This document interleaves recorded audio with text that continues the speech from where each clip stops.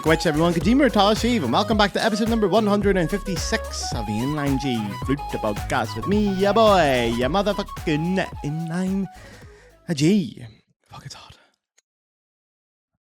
Now, you guys haven't seen me for a week if you're a regular listener, but me, I'm sitting here batch recording episodes. It's why I'm wearing the same 2006 Celtic top as I was last week. It's why I'm still sweaty, because it's still 38 degrees outside. It's still the fucking heat wave here in Germany.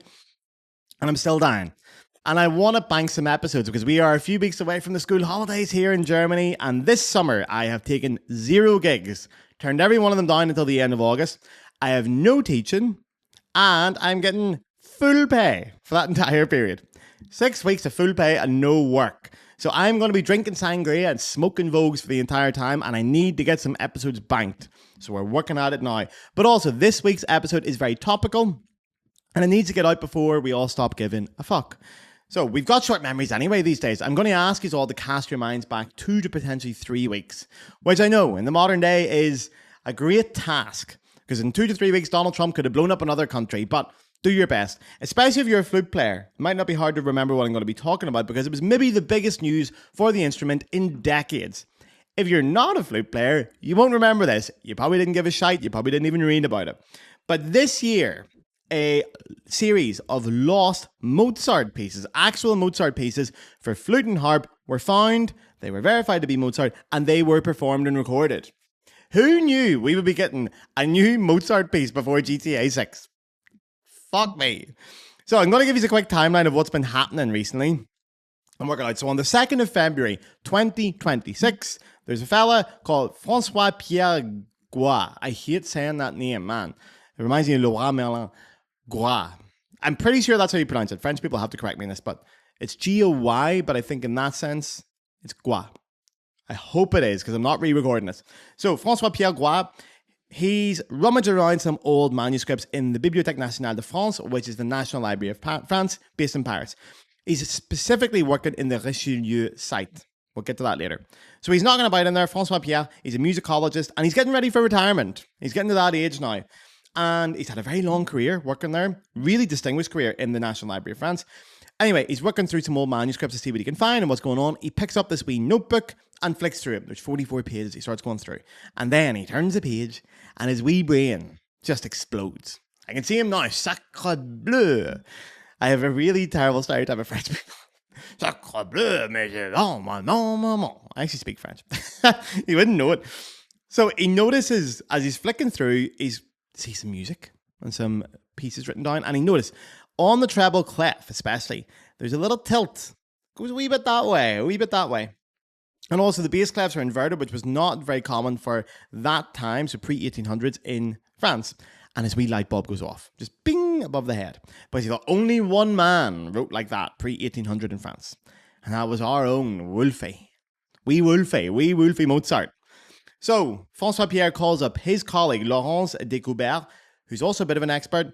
Laurence has a good think as well, and he thinks, fuck me, that's Mozart. That's Wolfie. He's looking at the score as well. The two of them are standing there, François-Pierre and Laurence, are going, this is Mozart, lads. 250 years later, we found it. So they go, right, we're going to have to get this confirmed. So they send it off the Mozarteum in Salzburg, big, academic institution, etc., for everything to do with Mozart. The definitive institution for Mozart. And in April of this year, they get a phone call and they're told it is the real McCoy, Pucker, an actual Mozart manuscript of a piece that we've never heard. So now the plans to play the piece start falling in place. There are 7 little pieces, they're very short, for flute and harp. So the guys contact Radio France, which is the national broadcaster of France, and they say, we need to get your best flute player and your best harp player on this stat. So there's 2 orchestras run by Radio France, or with Radio France. There's the Orchestre Nationale de France and the Orchestre Philharmonique de Radio France. 2 just very different orchestras, different purposes. They go to the Philharmonique, my favorite orchestra in the world. I adore that orchestra. And they get 2 players. They get their principal flute, or their co-principal flute, Martine Canderini, and the principal harp, Nicolas Toullier. Now, this is the best orchestra in the world, as I said. Best flute section in the world, by the way. Co-principals in that orchestra, Martine Canderini, incredible. And the other the best flute player in the world, Magny Mounier. So, just tells you. So, they get Mathilde and Nicolas to work. They're getting fucking locked away, and they're not to tell anybody. This is all kept under wraps. The media didn't know about this until very, very late. And they said, listen, here's an original Mozart score. Nobody's ever heard it. Brand new flute piece. You two get practicing. Don't tell anybody. Can you imagine how exciting that'd be, man? Going to your room and going like, fuck, I'm premiering Mozart in 2026. What the fuck, man? It's class. So they do premiere it on Sunday the 21st of June in the Richelieu building of the library itself, where it was found. And that day, 21st of June, so did I say June? Anyway, Sunday the 21st of June, that day is Fête de la Musique in Paris. Now, Fête de la Musique is a giant, big street festival across Paris where people celebrate music. Fête de la Musique is party of the music, or celebration of music. It used to be a really nice event when I lived there, where you go down to like your local bar and there'd be like a wee Cuban trio out and you do a bit of dancing, blah, blah. Now it's just full of raves and massive parties and fucking drunk Brit tourists coming over. There was even a story last year of like loads of women getting needles, like small syringes stuck in their arms to be drugged. Like in their arms, people just walking about sticking them in arms. This is what Fête de la Musique has become. It's such a shame because it used to be so good until it got hijacked by the Brits and the Dutch. But while half of Paris is jumping on cars, there is a wee room out in an R&D mall, and this piece is getting premiered. Now, we're still waiting to find out news about when these pieces are going to be published, but we're going to talk about what François Pierre actually found, this wee book. So it's a notebook, and it was from a former Mozart student from when Mozart lived in Paris at the age of 22. The book has got loads of exercise in it. It's got notes from Mozart to a student and then these small 7 pieces. Now, the theory is that these pieces were Mozart's ideas and then he said to the student, go and finish them as an exercise. He was a very tough teacher, so you can see a lot of it where he just finished it himself. Or he said, no, that's shite, do this instead. Obviously, it is genuine Mozart, but the difficulty is going to be working out which parts are Mozart and which parts are a student. But anyway, now the student was a wee girl called Marie-Louise Philippine de Guine. Rolls right off the tongue, doesn't it? And her daddy was Adrien Louis de Barnier, the Duke of Guine. So Marie was a harpist and Adrien was a flutist. Daddy-daughter duo. So these pieces were most likely written with the purpose of them playing them together. The dad was a very accomplished flute player, a very famous flute player. We're going to get to him. Now Mozart taught Marie composition for quite a while until she got married and it stopped because, you know, that was what it was in those days. Now, Adrien, you will remember that name maybe from an earlier episode I've done on this podcast about Mozart, but he's the one who commissioned Mozart to write the only full work for this instrument combination, which is the Mozart Flute and Harp Concerto, which I think famously, I should have checked this, I think famously he didn't pay Mozart the whole fee for either, and Mozart was raging with him. So we're going to talk about these pieces themselves later on, but I had so much fun researching this. This just doesn't happen. New Mozart pieces being found and the lore of it and where they're being found, the history of the library, it's fascinating. So I went right down this rabbit hole and you're coming with me now. So we're going to start with the library, because I did think, when I heard this news, I thought, how the fuck did it take someone 250 years to find out where this Mozart piece was? Why had nobody worked this out earlier? 250 years looking at the clock on. How did nobody check? So first of all, the Bibliothèque nationale de France is massive. It is huge and it has several sites across Paris. It's not one building anymore. The two most famous sites are the Richelieu one, which is near Opéra in that area of Paris. Very classic, well-known area, district of Paris around the Paris Opera House and the Palais Garnier. Famously where a lot of bourgeois people and royalty would have lived around that time. Beautiful area, very touristic. Great. And then there's the new building, which is the Bibliothèque François Mitterrand, which you should Google it, by the way, if you can spell it. François Mitterrand is Mitterrand, and Bibliothèque is library. The new one that was built in, I think, the 80s is massive. It's a massive modern building with like 4 big buildings going around a courtyard, and the buildings are meant to represent like open books. They're based on that design. It looks class. I used to live near there, down in the south of Paris. It's fucking class. Now, the sites are massive.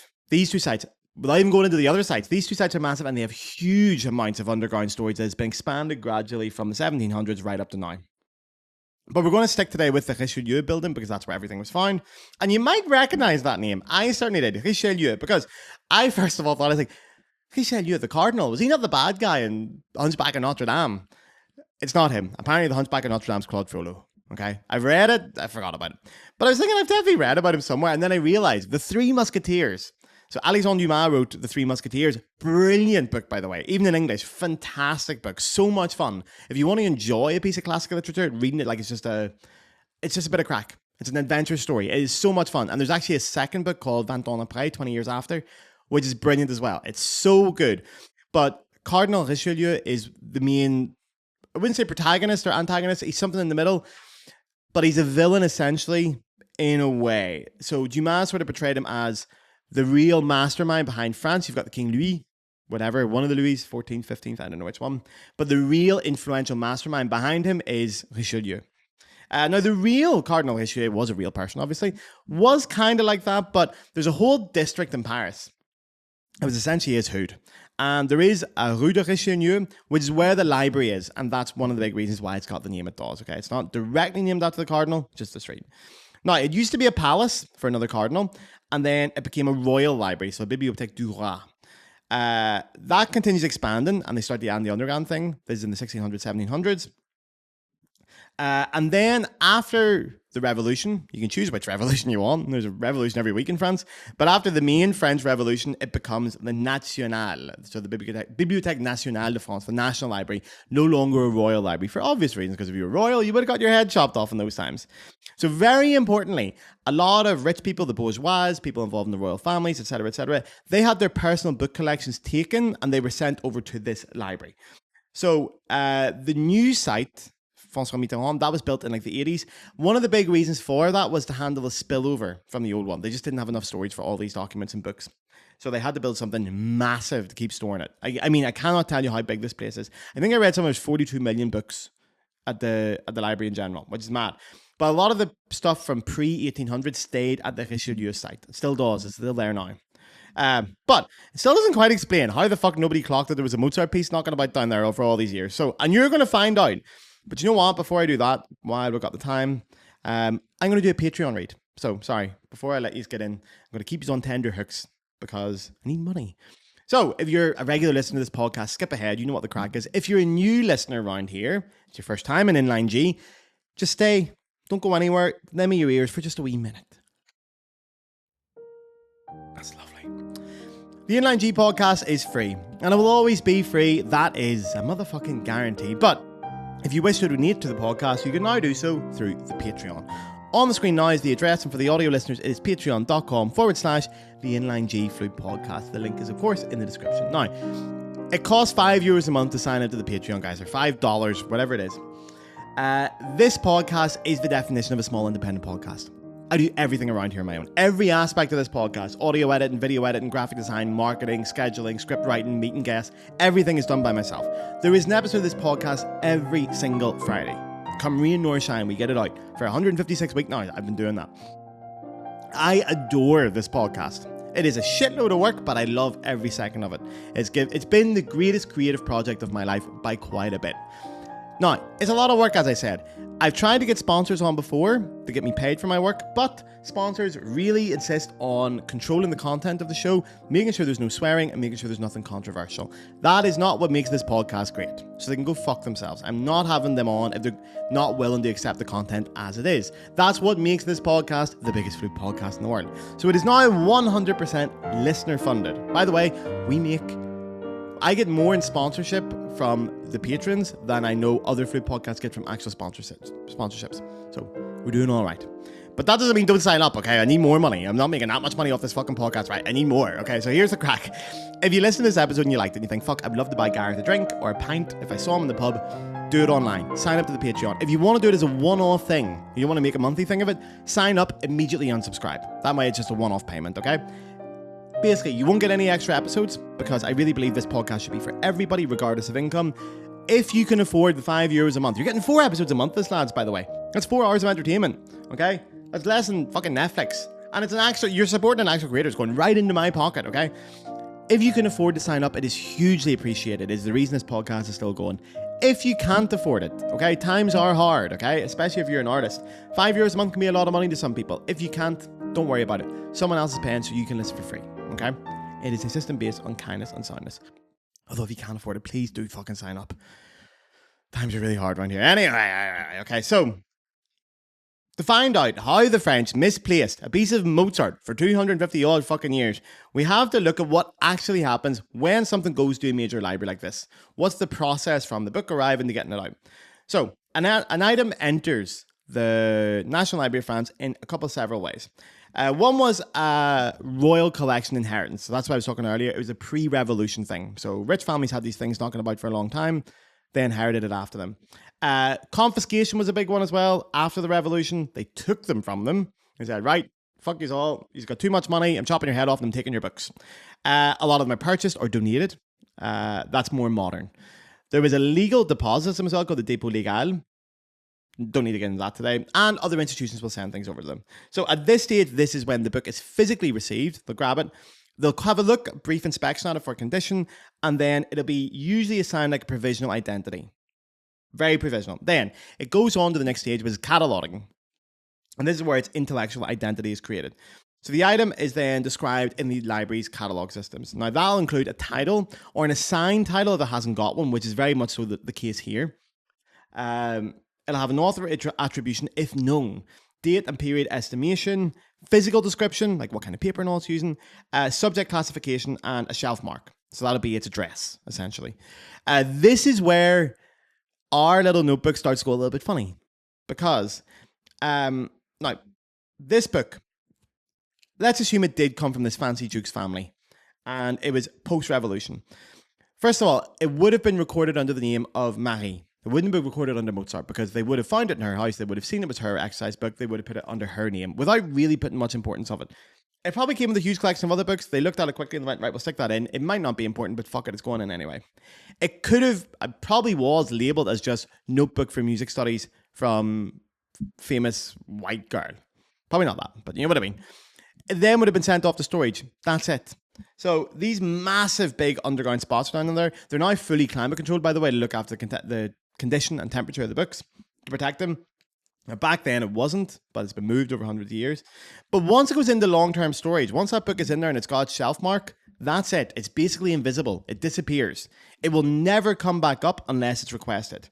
Nobody goes near it, apart from Francois. Good man. And who the fuck wants to go near some random white girl's notebook? So it just got left down there. So if someone did trigger a research request by using one of the keywords associated with it, the catalog system would have brought it up, and then it would have been sent up to the reading room, it would have been recovered, and they could have got a go at it. But the keywords associated with this were probably things like her name, music notebook, and pre-1800. That's probably it. They would have no reason to put in a composition even. There was no reason to think there was anything of any importance in there. So it never got retrieved. It never got brought up until Francois Pierre came along. Floating about. Now, Francois Pierre, by the way, Francois Pierre Gua. I hate saying that. He's made a habit of this, by the way. Fucking great fella. In 2015, he found some lost Telemann Fantasias for viola da gamba. So it's not the first time he's found pieces have disappeared entirely. And you know rightly, when he's thinking, right, I've got to retire here in a couple of months, I want one more big find. I'm going to go for a wee nosy in here. I'm going to get another big hit. I've been riding that high of 2015 for 11 years now, and I want to strike gold again. Get on the TV one last time before I fall off the perch.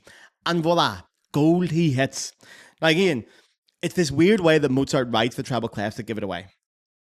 As I said, there are over 42 million books in the National Library of France, so this is a hyper rare find, lads.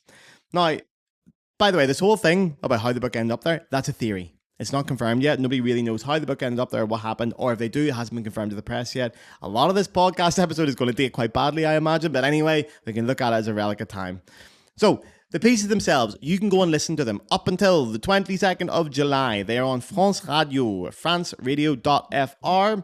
I'm going to put the title of what you're searching for, but if you search in Mozart and Mathilde Calderini, or Mozart Flute, you'll probably get it coming up. But the title of it is Première Mondiale, écoutez l'œuvre inédite de Mozart découverte par la BNF. Putain de merde. Je suis pas français aujourd'hui. Okay. It's 7:30 in the morning, lads. Anyway, so it's going to be up until the 22nd of July because I got posted on the 21st of June. It stays up for 1 month on there. I don't know what's going to happen with the recording afterwards. I'm really hoping someone has downloaded those wee recordings for a less than legal distribution, if you know what I mean. Now, these recordings are from Mathilde and Nicolas' live concert. Beautifully recorded, very high quality. Now, the 7 pieces, they are short. We're talking maybe 13 minutes for all 7. There is one of them that's a little bit longer, and then the rest are quite short. So I'm going to briefly run through them. I've listened to all 7. They're great. They're fantastic. Now, the first tune in the order they play it, I don't know the titles. I don't know much about these apart from what I've heard. But the first tune, it's going to be the big one. It's one I can see entering the repertoire very quickly. It's definitely going to be a concert piece. It's about 4 minutes long. It's lovely. It's light. It's upbeat. It's got these lovely floaty flute parts. You know, when the harp's doing all this magic and the flute just sits on top. Very, very characteristic of the concerto as well. Lovely cheesy modulations as well. Lovely minor sections. 4 minutes long. Again, this is the highlight. This will be the one that we're going to play. They open with that. They should have saved it to the end because, wow. Best to last, eh? The second piece is very short. It's bouncy. It's got this kind of regally vibe to it. It's a cute wee tune. It's not Mozart's best, but again, he didn't write it all. The third one has some brilliant harp writing. Really, really beautiful. They love these Alberti bass movements and stuff like that. Pretty moments, some really classic Mozart harmonies, and very delicate. I like this one a lot. Got a lovely wee minor and intense section to it as well. Apart from the first one, this would be my favorite. Now, the fourth one is very short, delightful. Nothing much to say on that, lads. Go listen to it. It's very short and it's just pretty. Okay. The fifth one is a little bit fancy. I don't know why I said fancy. That's a very bad word to use to describe a piece of music, but I listened to this last night and I said fancy. And I said relaxed as well. So there you are. I can't remember it exactly. I've only had one listen. The sixth one has got a little bit more of a drive. It's faster, it's fun, and I could see this one being used as well. I do remember listening and thinking, oh, the sixth one, I can see that entering the repertoire as well quite easily. And the last one reminds me so much of that. Do you know, I should have researched what this is, but you know in the movie Amadeus, where Salieri presents like this piece to Mozart, and Mozart says, oh, it's good, but I'm going to fix it up. Dim, di-dum, dim, di-dum, dim, di-di-di-dum. I think it's from the Zauber Flute, it's from the Magic Flute, isn't it? Dum, da-dim, dum, da-dum, dum, da-dum, dum.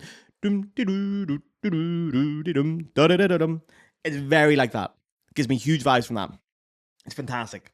So I like that one as well. It's operatic. Now, I also should say, the playing on these recordings is gorgeous. Mathilde plays so well. When I talk about the French flute school, this is what I'm talking about. Creamy, rich sounds, but super delicate nuance, never slapping in your face saying, this is how well I can play the flute. It's not that. It's playing beautiful music with a gorgeous sound and just letting it be. It is so French, so delicate, so nuanced, so coloured.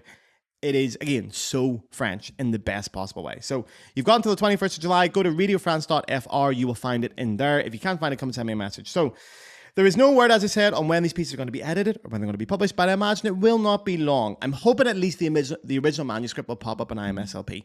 Sometimes to get these things edited by a proper edition, they have to get them confirmed. They have to do some checks on it. They want someone who knows about both instruments to make some small changes and confirm things. Then they want to put on the historical background that you get at the start of fancy editions. All that will take a while. Okay, so I don't think we'll be seeing any editions coming out of this year. But if the original manuscript goes up, someone can write it down by hand. Or you can play it from that. Or maybe someone could just go and play along with Mathilde and Nicola and see if they can work it out. Get the notes out to us. So it's exciting times here, lads. But I'm going to go because I am sweating like Jeffrey Donaldson here. So free Palestine, lads. Have a great week and I will see you next week. Mwah. Slán go fáil.